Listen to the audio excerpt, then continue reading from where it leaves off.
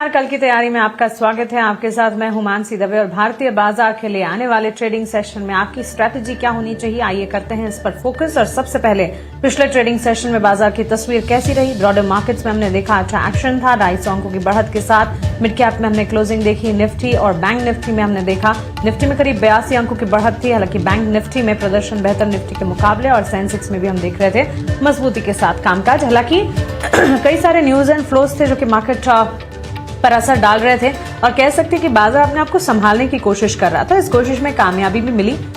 Stock wise move ज्यादा थे, stock specific movement और बाजार में मौके ज्यादा बनते हुए नजर आ रहे थे। 384 अंकों की बढ़त पर बैंक निफ्टी में हमने 57,970 के करीब क्लोजिंग देखी। यहां से आगे कल क्या करना चाहिए, कल हफ्ते का आखिरी कारोबारी सत्र होगा। कई सारे इंपॉर्टेंट इवेंट्स और ट्रिगर्स है जिस पर हमें फोकस करना होगा, और इन सारे ट्रिगर्स के बीचों बीच मार्केट में आपकी रणनीति क्या होनी चाहिए, आइए समझते हैं। हमारे साथ एचडीएफसी सिक्योरिटीज के अजीत नायक और individual research analyst Nitilesh Pawaskar जुड़ गए हैं। अजीत, नितिलेश, बहुत स्वागत है आपका 18 में हमें देने के लिए आपका शुक्रिया। नितिलेश, शुरुआत आपसे करना चाहेंगे, बताएं मार्केट के पैटर्न्स को कैसे रीड कर रहे हैं और आने वाले सेशन को कैसे स्ट्रेटेजाइज किया जाए। अगर हम लोग देखेंगे मार्केट में कुछ काफी समय से मैं 23,200 से एक ही चीज कह रहा था कि यहाँ से मार्केट ऊपर की तरफ ही देखने को मिल रहा है, और जो हमारे लक्ष्य है 24,200 ऑलमोस्ट अचीव होते हुए हमें देखने को मिल गए। तो हायर लेवल के ऊपर बस एक रेजिस्टेंस है 24,250, 280। ये लेवल को अगर मार्केट क्रॉस करता है और वहां पे सस्टेन होता है तो एक फर्दर एक्सटेंडेड मूव हमें देखने को मिल सकता है। लेकिन जो भी बायर्स है जिन्होंने भी ट्रेंड को मिस किया है, अगर डीप मिलता है किसी भी कारण से 24,000 से लेके 23,800, ये 200 पॉइंट का जो रेंज होगा वहां पे बाइंग आप क्या कर सकते हो, करके चल सकते हो। एक बढ़िया क्वेश्चन आपके लिए हो सकता है 23,750, एक इंपॉर्टेंट स्टॉप लॉस आप प्लान कर लीजिए। आने वाले समय में देखना पड़ेगा कि बाजार 24,500, 24,600 ये लेवल के आसपास जाके कैसे रिएक्शन देता है, और इस लेवल को भी अगर मार्केट क्रॉस कर देता है तो थोड़ा सा हमें और बढ़िया मूवमेंट हमें देखने को मिल सकता है। ग्लोबल बाजार थोड़ा सा अगर सपोर्ट करते हैं तो हमारी मार्केट भी क्या कर सकती है, रैली को एक्सटेंड कर सकती है। एब्सोल्युटली। तो चलिए इंडेक्स पर ये नजरिया इस वक्त, और स्टॉक वाइज सेक्टर वाइज बाजार की तस्वीर में इन पर्टिकुलर स्टॉक जो है बाटा इंडिया पर एक टेक नितिलेश आपसे मैं जरूर जानना चाहूंगी। जबरदस्त तेजी देखने को मिली थी, और वो इसलिए क्योंकि मैनेजमेंट में बदलाव की खबर आती हुई दिखी। संजय राव को कंपनी के नए एमडी और सीईओ के तौर पर नियुक्त किया गया। रिटेल वहीं कंज्यूमर लीडरशिप में 2 दशक से ज्यादा का अनुभव भी रहा है, और मानो ये मैनेजमेंट रिजेक्ट की खबर स्ट्रीट्स को पसंद भी आई, और इसी के चलते बाटा इंडिया का स्टॉक अच्छी खासी मजबूती के बीच ट्रेंड कर रहा था। यहां से आगे क्या रणनीति होनी चाहिए बाटा इंडिया पर? देखो, जिनका भी पोजीशन थे वो लॉन्ग रह सकते हैं। एक साइड मूवमेंट और पेंडिंग है 850 से लेके 870, ये लेवल्स भी क्या हो सकते हैं आने वाले समय में देखने को मिल सकते हैं। लेकिन कल अगर थोड़ा सा प्रॉफिट बुकिंग होता है और इसमें 720, 730 ये लेवल्स तक मार्केट आता है तो फ्रेश जिनको भी बाइंग करना है वो बाइंग करके चल सकते हैं। 680 का स्टॉप लॉस मेंटेन करें। हायर लेवल के ऊपर टारगेट वही इंटैक्ट करेंगे 850 से लेके 870, 880 इस लेवल।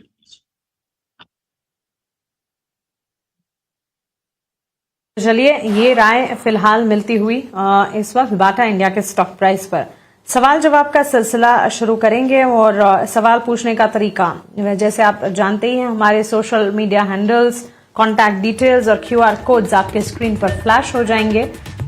इन डिटेल्स पर हमें संपर्क करें और मार्केट रिलेटेड अपने क्वेरीज हमारे साथ शेयर करें। मैं पूरी कोशिश करूंगी बाजार से जुड़े आपके जो भी सवालात हैं उनके जवाब आपको दिला पाऊं हमारे मार्केट एक्सपर्ट से। क्यूआर कोड आपके स्क्रीन पर आप देख रहे हैं। सवाल पूछने के लिए इस क्यूआर को आप स्कैन कर सकते हैं और मार्केट रिलेटेड अपने क्वेरीज भेज सकते हैं।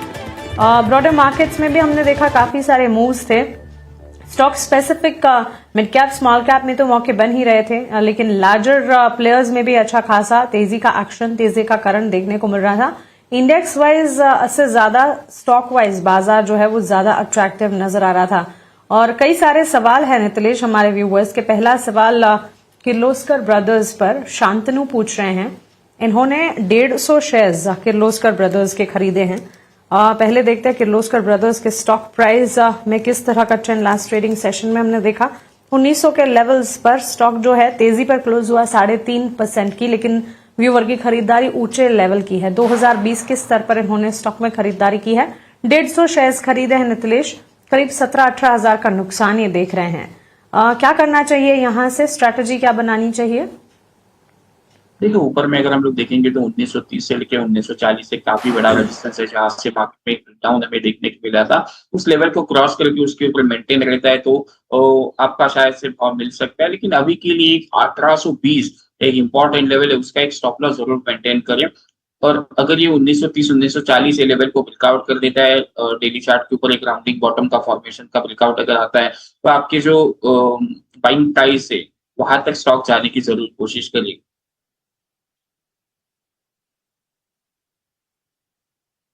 ब्रदर्स पर ये राय फिलहाल हमें मिलती हुई 3% के गेंस के साथ मजबूती पर स्टॉक क्लोज हुआ है। इस बीच हमारे साथ हमारे दूसरे मार्केट एक्सपर्ट भी जुड़ चुके हैं। अजीत नायक एचडीएफसी सिक्योरिटीज से हमारे साथ है। अजीत, स्वागत है आपका ईटी नाउ स्वदेश पर। बताएं बाजार पर आपकी रणनीति क्या है आने वाले सेशन के लिए, किस तरह से स्ट्रेटेजाइज कर रहे हैं मार्केट को आप? मार्केट को हम देखेंगे तो मार्केट बहुत अच्छा मोमेंटम देखने को मिल रहा है मार्केट में। हायर जो टॉप है और हायर बॉटम मार्केट में फॉर्म हो रहा है। आज भी अगर निफ्टी देखेंगे तो अच्छा कंसोलिडेशन के बाद लास्ट मोमेंट में एक छोटा रैली देखने को मिला है और हर प्रीवियस रेजिस्टेंस को अच्छी तरीके से ब्रेक कर रहा है। तो मुझे लगता है कि अभी जो बेस है 23,950 लेवल का बेस बन चुका है स्पॉट लेवल पे मार्केट के लिए। जब तक 23,950 ब्रेक नहीं करता है निचले स्तर पर, हमें बाय ऑन डिक्लाइन का ही अपॉर्चुनिटी फाइंड आउट करना चाहिए। और ऊपरी स्तर पर 24,300 टू 500 का जो है वो एक प्रीवियस रेजिस्टेंस जोन है। वैसे देखने से तो प्रीवियस रेजिस्टेंस जोन जो रिसेंट स्विंग था उसको तो ब्रेक कर दिया है, लेकिन उसके पहले भी एक गैप एरिया था, जो गैप 7 मई को बना था। तो वो एरिया एक वापस एक रेजिस्टेंस जोन जैसा एक्ट करेगा, तो मार्केट वहां पे आके थोड़ा और टाइम स्पेंड करेगा। तो मुझे लगता है कि 23,900 एरिया को सपोर्ट कंसीडर करते हुए ऊपर में 23,300 टू 500 एरिया रेजिस्टेंस होगा और जो स्ट्रेटेजी रहेगा वो बाय ऑन डीपी रहेगा। ये स्ट्रैटेजी मार्केट पर सवालों की तरफ वापस से बढ़ते हैं और डिविज लेबोरेटरीज पर अजीत आपसे ही राय लेना चाहेंगे। आंचल चौधरी ये सवाल पूछ रही हैं, लेबोरेटरी स्पेस में डिविज लेबोरेटरीज में इन्होंने खरीदारी की है और स्टॉक वाइज अगर देखें तो इन्होंने 30 शेयर्स डिविज लैब के खरीदे हैं, 3,600 अपने एंट्री लेवल बता रही हैं। अच्छे लेवल पर खरीदारी की है, डबल हो चुका है ऑलमोस्ट वहां से स्टॉक 6,768 के लेवल पर ऑलमोस्ट 1 लाख रुपए का मुनाफा महज 30 शेयरों में। 3,600 की खरीदारी 6,767 पर यह स्टॉक ट्रेड करता है। लास्ट सेशन में भी हमने करीब 1.5 से 2% की तेजी देखी है। क्या राय देंगे इन्हें आप? इनको अभी भी स्टॉक होल्ड करना चाहिए और ट्रेलिंग स्टॉप लॉस जो है वो 6,450 का रख देना चाहिए। जो प्रीवियस अभी एक रिसेंट स्विंग बनाया है वहां से अभी वापस मोमेंटम गेन कर रहा है। ओवरऑल जो चार्ट है वो काफी अच्छे अप ट्रेंड में है, अभी साइडवेज कंसोलिडेशन फेस में है। जैसे ही 6,980 ब्रेक करेगा ये स्टॉक में एक अच्छा ब्रेकआउट वापस देखने को मिल सकता है। जब भी फार्मा सेक्टर में करेक्शन आता है स्टॉक साइडवेज चले जाता है, डीप करेक्शन नहीं आता है, तो ये बात का संकेत है कि ये स्टॉक में थोड़ा भी काफी बाकी है। तो मेरे हिसाब से 6,420 का ट्रेलिंग स्टॉप लॉस करना जरूरी है। अगर के नीचे तो एक डीप करेक्शन आ सकता है, अदरवाइज स्टॉक रिलेटिवली आउट रहेगा। ठीक है, तो चलिए डिविज लेबोरेटरीज पर ये राय मिलती हुई। वोकहार्ड, अगला सवाल अनिल गुप्ता का है। वोकहार्ड पर 40 शेयर्स खरीद रखे हैं अनिल जी ने वोकहार्ड पर। नितिलेश जी आपसे एक टेक जानना चाहेंगे। 1656 इनके एंट्री लेवल है, 1,994 के स्तर पर लास्ट क्लोज में हमने देखा है स्टॉक को और ऑलमोस्ट 1.5% के डाउन टिक्स थे वोकहार्ड में लास्ट ट्रेडिंग सेशन में, लेकिन इनकी खरीद से तो ऊपर गया है स्टॉक, 13,000 तक का मुनाफा है। क्या राय होगी? देखो स्टॉक को होल्ड करना चाहिए। देखो जहां से एक मोमेंटम पिकअप हुआ था उसी लेवल के रेजिस्टेंस के आसपास भी मार्केट खड़ा है, तो बिल्कुल बने रह सकते हैं। आपके खरीद भाव से काफी ऊपर की तरफ ही ट्रेड कर रहा है, तो फिर भी अगर ट्रेडिंग स्टॉप लॉस रखना है तो 1920 का एक ट्रेडिंग स्टॉप लॉस मेंटेन करें। जैसे जैसे फिर से ये स्टॉक 2050 ये लेवल के ऊपर सस्टेन होगा तो फिर से अपने जो हाइस थे उसकी तरफ ये स्टॉक बढ़ेगा, तो बिल्कुल बने रहे 1920 का एक ट्रेडिंग स्टॉप लॉस मेंटेन। ठीक है, स्टॉप लॉस मेंटेन कीजिए, राय फिलहाल मिलती हुई। टाटा स्टील पर अगला सवाल हमारे व्यूवर की तरफ से आता हुआ और रोहित पूछ रहे हैं 18 शेयर्स 215 के दाम पर टाटा स्टील के इन्होंने खरीदे हैं। खरीदारी तो कर ली है, पोजीशन को इंटैक्ट रखा जाए या फिर बेचा जाए। 200-201 के लेवल पर स्टॉक में लास्ट क्लोज हमने टाटा स्टील में देखा है।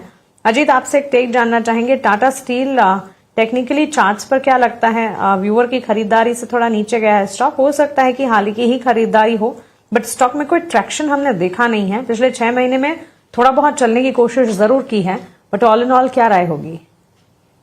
ओवरऑल जो मेटल सेक्टर है उसमें एक अच्छा प्रॉफिट बुकिंग देखने को मिला है। वैसे उसी तरह से टाटा स्टील में भी अगर देखें तो एक डबल टॉप जो था 2016 के आसपास करके वापस नीचे आ रहा है, तो ये एक अच्छा संकेत नहीं है। मगर और चार्ट अगर स्टॉक भी स्टडी करे लास्ट 3-4 दिन से, जब मार्केट में भी रैली देखने को मिल रहा है, तो इस स्टॉक में इतना बड़ा रैली देखने को नहीं मिला है। तो रिलेटिव परफॉर्मर भी नहीं है। तो 192 का एक सपोर्ट जोन है। मुझे लगता है जब तक 192 के ऊपर रहेगा तो एक चांस हम ले सकते हैं कि ये स्टॉक वापस 212-215 की तरफ जा सकता है। मगर 190 ब्रेक करेगा तो फिर यहाँ से इसमें से एग्जिट करना उचित रहेगा। तो जो अभी लिया हुआ जो स्टॉक है उसका लेवल है वो ध्यान रखे कि 190 के नीचे जाते हुए फिर वो अपना जो है डिसीजन ले सकते। 190 के नीचे अगर जाता है तो फिर स्ट्रैटेजी जो सुझा रहे हैं अजीत, तो उस पर आप राय दीजिए, उस पर आप अमल कर सकते हैं। दूसरा स्टॉक अंकित पराशर का सवाल है, एथर एनर्जी। नितिलेश, 969 पर स्टॉक ने क्लोज किया है। व्यूवर का सवाल है 300 शेयर्स 1030 के लेवल पर खरीदे। काफी ऊंचे स्तरों की खरीदारी, वहां से एथर एनर्जी के स्टॉक प्राइस की मूवमेंट अगर देखें, चल रहा था ये स्टॉक, लेकिन पिछले 1 महीने से साइडवेज मूवमेंट दिखा रहा है। क्या राय होगी एथर एनर्जी? ठीक है, एथर एनर्जी में अगर हम लोग देखेंगे तो एक काफी बढ़िया रनअप के बाद अभी एक थोड़ा सा कंसोलिडेशन कह लो या फिर प्रॉफिट बुकिंग होगी। लेकिन इनको मैं एक जरूर सलाह दूंगा कि 945 से लेके 940 ये लेवल काफी क्रुशियल होंगे। ये लेवल अगर ये स्टॉक डाउन कर देता है तो एक बार के लिए पोजीशन से एग्जिट करें। अगर लोअर लेवल पे फिर से अगर एंट्री प्लान करनी होगी तो 740 से लेके 720 एक ही बेस्ट एरिया हो सकता है 660 के स्टॉप लॉस के साथ। तो हायर लेवल के ऊपर थोड़ा सा अभी जो स्ट्रक्चर बन रहा है वो एक नेगेटिव साइड का ही स्ट्रक्चर बन रहा है, तो 940 945 का एक स्टॉप लॉस जरूर मेंटेन करें। ये राय फिलहाल हमें मिलती हुई। इस बीच अगला सवाल टाटा मोटर्स कमर्शियल व्हीकल पर है। कोमल ये सवाल पूछ रही हैं, इन्होंने टाटा मोटर्स सीवी में स्टॉक में खरीदारी की है। स्टॉक की अगर बात करें, लास्ट ट्रेडिंग सेशन में टाटा मोटर्स पैसेंजर व्हीकल 364 के लेवल पर स्टॉक क्लोज हुआ है। 1 साल का नजरिया मानकर चल रही हैं। अजीत, क्या राय होगी? 408 इनके एंट्री लेवल और 407 के लेवल पर commercial vehicle Tata Motors CV के स्टॉक में इन्होंने खरीदारी की है। अगर हम टाटा मोटर कमर्शियल व्हीकल का चार्ट अगर पैटर्न स्टडी करें तो एक फॉलिंग वेज जैसा पैटर्न का थोड़ा ब्रेकआउट मिला है और उसका जो सपोर्ट लेवल आता है वो 392। जब तक 392 के नीचे ट्रेड नहीं करता है, मुझे लगता है कि ये स्टॉक में एक पोटेंशियल है कि ऊपर में 450 का जो रेजिस्टेंस लेवल है उसे, और उसके ऊपर भी जो 480 का रेजिस्टेंस है, ये 2 रेजिस्टेंस लेवल ये आराम से टेस्ट कर सकता है। लास्ट 3 दिनों में एक टाइट कंसोलिडेशन रेंज बन रहा है और जल्दी ये वापस मोमेंटम गेन कर सकता है। तो 392 जो 390 का जो लेवल है वो अगर वायलेट नहीं होता है तो तब तक के लिए ये स्टॉक में बने रह सकते हैं। ओवरऑल चार्ट पैटर्न पॉजिटिव ही सजेस्ट कर रहा है। ओके, तो चलिए ये राय फिलहाल हमें मिलती हुई। एक और सवाल देख लेते हैं बैंक ऑफ महाराष्ट्र पर। नितिलेश जी, ये सवाल व्यूवर का आया है। बैंक ऑफ महाराष्ट्र पर 3000 शेयर्स हैं 63 रुपए के दाम पर। अच्छे लेवल पर खरीदारी, बड़ी मात्रा की खरीदारी, अच्छा खासा मुनाफा भी देख रहे हैं। 89-90 के लेवल पर स्टॉक ने लास्ट क्लोज दिखाया है। हालांकि स्टॉक में डाउन ट्रेंड थे लास्ट ट्रेडिंग सेशन में, बट व्यूवर की खरीदारी काफी अच्छे लेवल की है। 1 महीने में स्टॉक चल चुका है 15%। करीब 80,000 का मुनाफा तो है बैंक ऑफ महाराष्ट्र में। क्या करना चाहिए आशीष जी को? देखिए, पहले तो इनको मैं बधाई देना चाहूंगा, काफी अच्छा स्टॉक सिलेक्शन किया, अच्छे लेवल के ऊपर क्वांटिटी साइज भी अच्छा मैनेज किया है। तो अभी ऊपर भी अगर हम लोग देखेंगे तो 92 से लेके 88 एक इम्पोर्टेंट जोन है जहां पे मार्केट ने पिछली बार एक रेजिस्टेंस दिया था और वहां से गिरावट हमें देखने को मिली थी। तो इनको मैं एडवाइस देना चाहूंगा, अगर थोड़ा सा कुछ क्वांटिटी प्रॉफिट बुक कर सकते हैं 60-70% तो जरूर प्रॉफिट को बुक करें। लेकिन अगर ये 95-97 इस लेवल के ऊपर मेंटेन रहता है तो मंथली चार्ट के ऊपर एक बड़ा ब्रेकआउट हमें देखने को मिल सकता है। फिर ये स्टॉक 160 से लेके 155 ये भी दमखम रखता है, यहाँ से मोमेंटम आ सकता है स्टॉक में, क्योंकि बड़ा ही चार्ट के ऊपर बड़ा ब्रेकआउट होने की कगार पे है। लेकिन अभी ये रेजिस्टेंस लेवल के ऊपर है, तो एटलीस्ट 60% क्वांटिटी को बुक करें, बाकी के स्टॉप लॉस के साथ पोजीशंस को होल्ड करें और रैली को एंजॉय करें। ओके, तो ये रहा बैंक ऑफ महाराष्ट्र पर। बधाई व्यूअर को, काफी अच्छे लेवल पर एंट्री ली है, अच्छा खासा मुनाफा आप देख रहे हैं। रुक करेंगे हमारे अगले सेगमेंट वैल्यू इन्वेस्टमेंट पिक का।